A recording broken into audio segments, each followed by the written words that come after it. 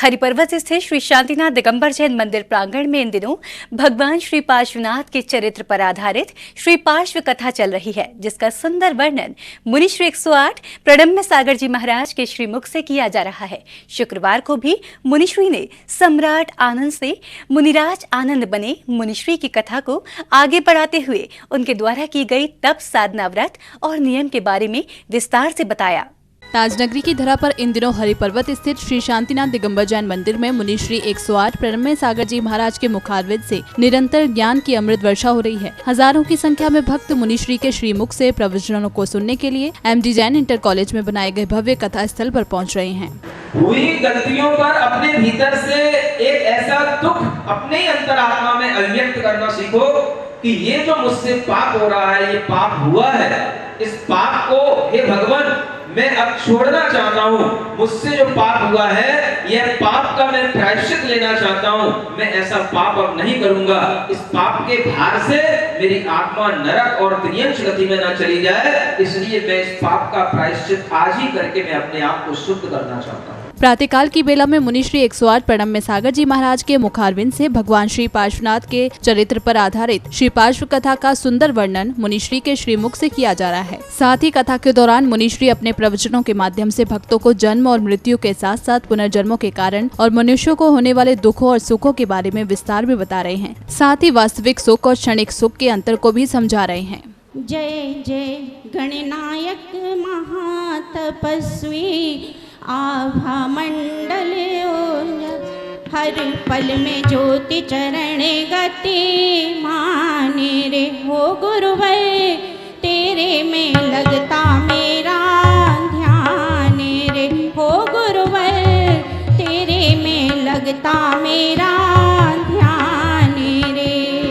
आत्मा की लक्ष्मी को प्राप्त करने के लिए, आत्मा के वैभव को प्राप्त करने के लिए इस तप के वैभव को, तप की लक्ष्मी का सेवन कराया जाता है और इसी सेवन से आत्मा के गुणों का निखार होता है। मंगलाचरण में आप लोग पढ़ रहे हैं, मोह महातम दलन दिन तप लक्ष्मी भरतार। तप रूपी लक्ष्मी के भरतार हैं, स्वामी हैं, और यह तप भी एक लक्ष्मी है, ये भी एक वैभव है। लक्ष्मी हर उस चीज को कहा जाता है जो हमारे लिए वैभव स्वरूप हो, समृद्धि स्वरूप हो, जिससे आत्मा की समृद्धि होती है, आत्मा के गुणों का निखार होता है, आत्मा के गुण शुद्ध होते हैं, वह तप रूपी लक्ष्मी कही जाती है।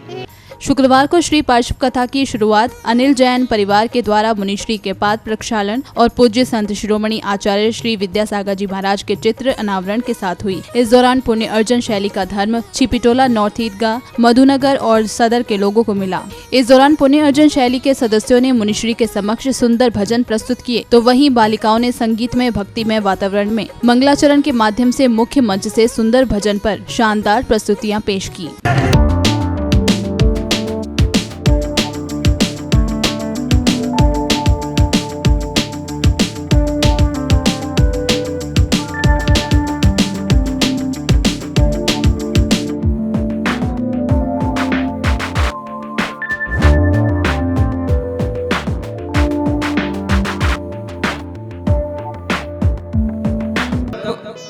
जिसके माध्यम से आत्मा के गुण निखरते हैं और दोषों का अभाव होता है। इन तपों का एक बार सेवन करने के बाद में फिर बार बार सेवन करने की जरूरत नहीं रह जाती। एक बार आत्मा से दोषों का अभाव हो जाने के बाद में आत्मा के अंदर जो शुद्धता आ जाती है, वो शुद्धता उसकी आगे भी काम आती रहती है।